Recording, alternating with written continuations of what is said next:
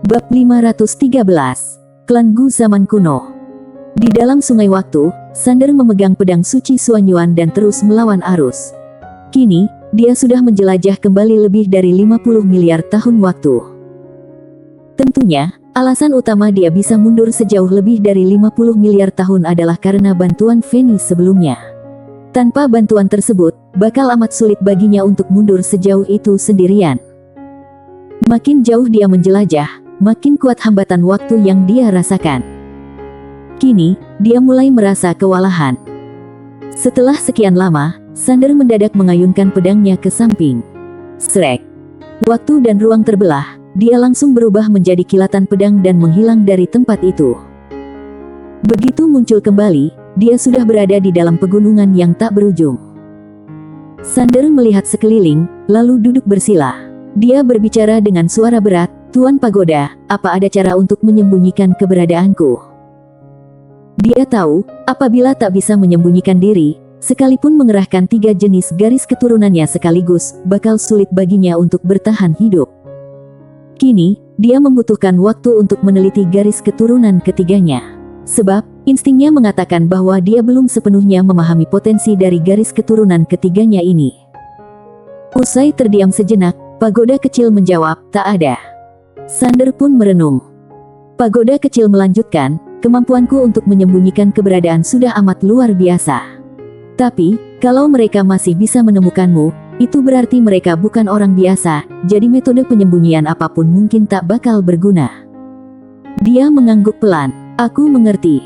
Di momen ini, Nando mendadak muncul di samping Sander. Dia melihat ke arah pria itu. Dia berucap, "Pergilah ke dunia Tianluo." Sander bertanya seraya mengernyit, "Dunia Tianluo?" Nando mengangguk, "Benar, dunia Tianluo adalah dunia yang dibangun oleh Kaisar Tianluo. Dia adalah seorang ahli luar biasa yang menduduki peringkat kedua dalam daftar kaisar. Dia pernah mendirikan formasi luar biasa di sana yang disebut formasi domain Tianluo. Formasi ini memiliki kemampuan untuk menekan kekuatan semua yang masuk ke dalamnya. Makin kuat seseorang, makin besar pula tekanannya." Sander berucap, "Kalau kita masuk ke sana, semua orang bakal ditekan. Ini bakal menguntungkan kita. Mungkin juga karena formasi besar ini, para ahli misterius yang selalu mengintai tak bakal bisa menemukan kita." Nando mengangguk, "Benar." Dia berucap dengan suara berat, "Apa Kaisar Tianluo berpihak kepada mereka?" Nando menggeleng, "Entahlah, tapi kita harus mengambil risiko." Sander pun mengangguk, "Baik." Dia berucap, "Agar tak membuang waktu, biarkan aku membantumu melawan arus waktu." Usai berujar demikian, dia membawa Sander masuk ke dalam sungai waktu. Baru saja mereka masuk ke dalam sungai waktu, gelombang energi kuat mendadak muncul di belakang mereka. Mereka telah dikejar. Adegan ini membuat ekspresi Sander dan Nando berubah. Nando menatap ke arah Sander. "Masuklah ke dalam pagoda kecil untuk berkultivasi, aku bakal membawamu ke dunia Tianluo." Sander mengangguk dan langsung masuk ke dalam pagoda kecil. Nando menoleh ke belakang sejenak, lalu memelesat ke depan. Dia berubah menjadi pelangi panjang yang menghilang di ujung sungai waktu. Di dalam pagoda kecil, Sander duduk bersila. Dia langsung merobek pakaiannya dan melihat tubuhnya. Saat ini, tubuhnya mengalami perubahan drastis, di mana muncul garis-garis emas yang tipis seperti jaring laba-laba di seluruh tubuhnya. Darah juga mengalir di dalamnya. Apa yang terjadi? Sander terkejut.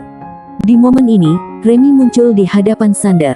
Dia menatapnya sambil berucap serius, "Ini adalah darah legendaris yang membentuk tubuh manusia biasa. Darahmu sedang mengubah tubuhmu." Sander menatap Remy seraya bertanya, "Senior, apa yang dimaksud dengan tubuh manusia biasa?"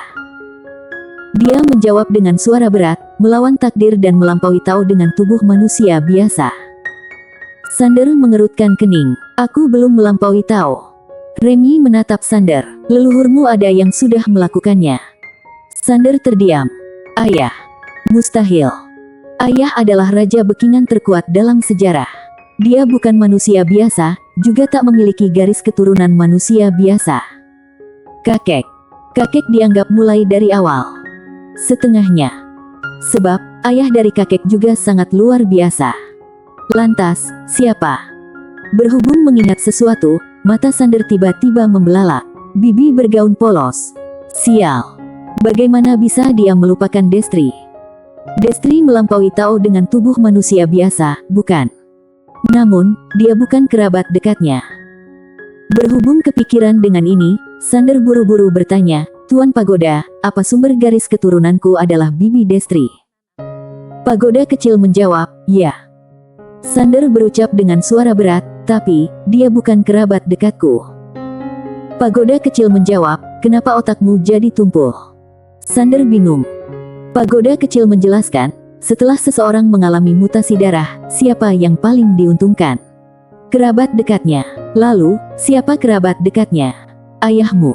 Dia hanya memiliki ayahmu sebagai kerabat dekat dan kamu adalah anak dari ayahmu. Jadi, memiliki garis keturunan manusia biasa itu hal yang normal, kan? Sander bertanya dengan suara berat, "Kenapa ayahku tidak memiliki garis keturunan manusia biasa?" Pagoda kecil menjawab, "Aku hanya sebuah pagoda." Sander kehabisan kata-kata. Sander tidak menyangka bahwa garis keturunan ketiganya ternyata berasal dari Destri. Kekuatan garis keturunan. Sembari merasa kekuatan garis keturunan yang kuat dalam tubuhnya, Sander terkagum. Destri menggunakan tubuh manusia biasa untuk melawan takdir dan melampaui Tao. Hidupnya pasti sangat luar biasa. Sayangnya, Sander hanya tahu sangat sedikit tentang masa lalu bibinya. Apalagi, tentang masa kejayaannya, hampir tidak ada catatan tentang itu. Kini, pagoda kecil mendadak berucap, "Sekarang, kamu membutuhkan waktu agar garis keturunan manusia biasa ini membentuk tubuh manusia biasa dalam dirimu." Sander bertanya, "Apa kegunaan tubuh manusia biasa?" Pagoda kecil menjawab, "Tidak tahu." Sander terdiam. Sander menatap Remy di depannya dan bertanya, "Senior, apa kegunaan tubuh manusia biasa ini?" Remy juga menggeleng. "Tidak tahu, garis keturunan manusia biasa ini hanya legenda, belum pernah dilihat, jadi aku tidak terlalu memahaminya." Sander tampak kecewa. Dia harus menggali potensi garis keturunan ini sendiri. Kala itu, pagoda kecil mendadak berucap, "Kamu bisa menggunakan garis keturunan manusia biasa ini untuk membantu Nyonya Muda Maya." Sander buru-buru bertanya, "Bagaimana caranya?" Pagoda kecil menjawab, "Klan Naga Surgawi juga sangat mementingkan garis keturunan. Kamu bisa menggunakan 3 jenis garis keturunanmu untuk membantu meningkatkan garis keturunannya." Sander menepuk pahanya. Benar juga. Hampir saja dia melupakan hal ini. Garis keturunannya bisa membantu Maya. Sander segera berkata, "Maya, ayo kita bersetubuh." Maya terdiam. Pagoda kecil menimpali, "Tidak perlu bersetubuh, kalian sudah saling terhubung. Kamu bisa berbagi tubuh dan kekuatan spiritual dengarinya. Dia bisa berbagi kekuatan garis keturunanmu, jadi diam." Sander menyela, "Tuan Pagoda, istirahatlah." Usai berkata demikian, dia langsung mematikan pagoda kecil. Pagoda kecil dan Maya kehabisan kata-kata. Sander tentu saja tidak bisa melakukan apapun dengan Maya saat ini.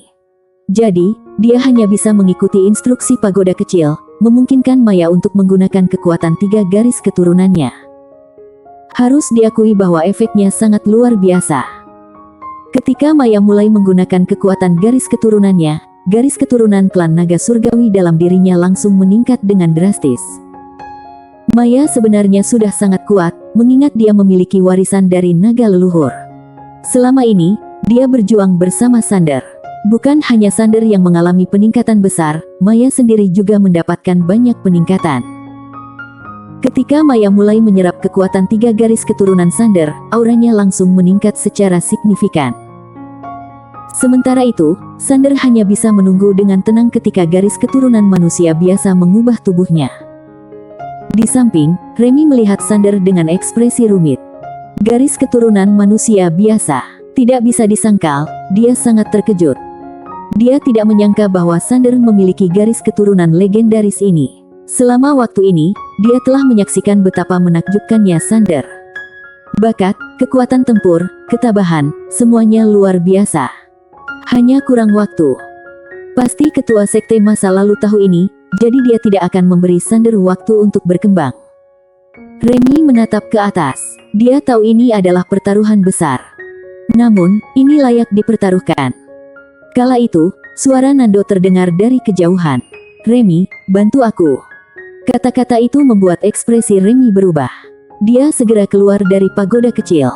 Begitu keluar, ekspresinya menjadi serius. Dari kejauhan, sekelompok besar ahli sedang mendekat dengan cepat.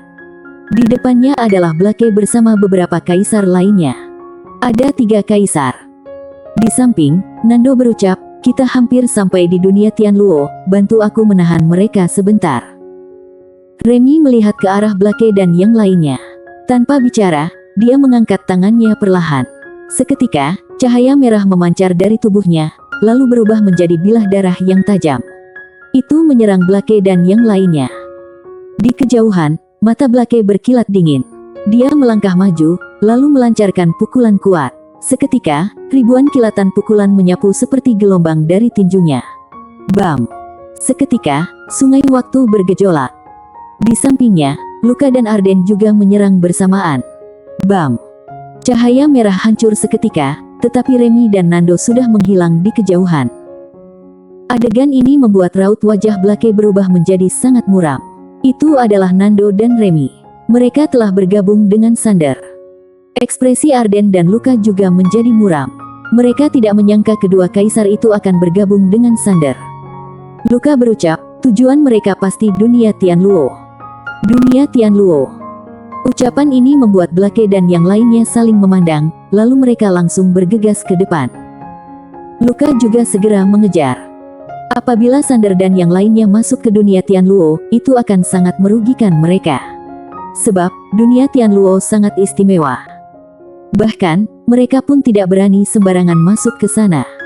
Kaisar Tianluo. Itu adalah sosok yang menakutkan, peringkat kedua di daftar kaisar. Para kaisar juga terbagi dalam kekuatan, sementara Kaisar Tianluo adalah yang sangat menakutkan. Namun, mereka tetap terlambat. Di kejauhan, Nando dan Remy sudah memasuki dunia Tianluo. Melihat adegan ini, ekspresi Blake dan yang lainnya menjadi sangat muram. Di momen ini, terdengar raungan binatang buas yang mengerikan di belakang mereka. Mereka berbalik dan melihat sekelompok besar binatang buas berlari mendekat. Binatang-binatang ini berbentuk seperti naga, berukuran sangat besar, memiliki 2 ekor, dan seluruh tubuh mereka ditutupi duri hitam yang tajam seperti pisau. Semua binatang buas ini tampak mengerikan, dengan aura yang sangat menakutkan. Dengan kehadiran mereka, ruang dan waktu di sekitar menjadi bergejolak. Mereka sama sekali tidak mampu menahan kekuatan binatang-binatang ini. Di atas punggung binatang buas ini, berdiri ahli misterius berzirah hitam. Naga kegelapan. Makhluk naga kuat yang hanya di bawah naga leluhur. Ekspresi Blake dan yang lainnya menjadi sangat serius. Klan Gu. Salah satu dari 4 klan super dari zaman kuno telah datang. Mereka langsung mengutus pasukan naga kegelapan terkuat mereka. Bersambung.